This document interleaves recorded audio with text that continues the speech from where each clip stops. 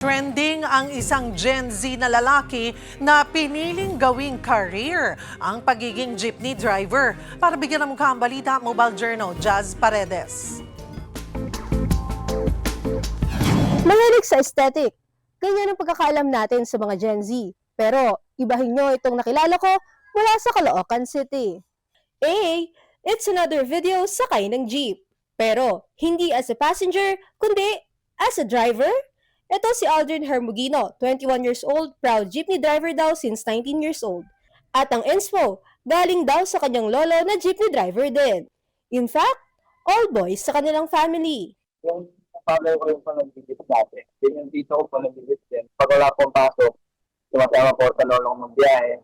Hanggang sa senior po ako, hindi na po mag-aral ng mag-jeep, mag-drive. Tapos pag may pasok na po, after ng class, sumasama pa rin po sa biyahe. Sa kanilang family, solong lalaki si Aldrin. Pero don't worry daw dahil hindi naman siya pinilit. Nagpuso ako ng loob na. Kasi po nakaka-enjoy din po talaga. Nung nagkalisensya siya, agad na siyang pumasada. As a senior high school student siya sa umaga, then manong driver sa hapon.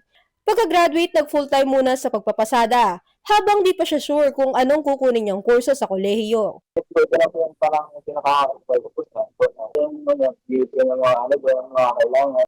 Ngayon, araw-araw pumapasada si Aldrin sa rutang SM Fairview Tulagro, from 11 a.m. to 9 p.m.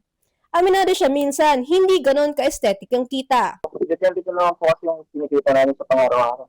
Meron pong mahina, may time din na malakas. Ayun po. Pero ayos naman po no? Kasi kinikita naman po kami ng above minimum. Problemado pa siya ngayon sa jeepney modernization program dahil 1986 pa ginawa ang jeep na minamaneho niya. Hindi pa carry ng kita niya na bumili ng modern jeep. Kaya, heto raw ang long-term plan niya sa ngayon.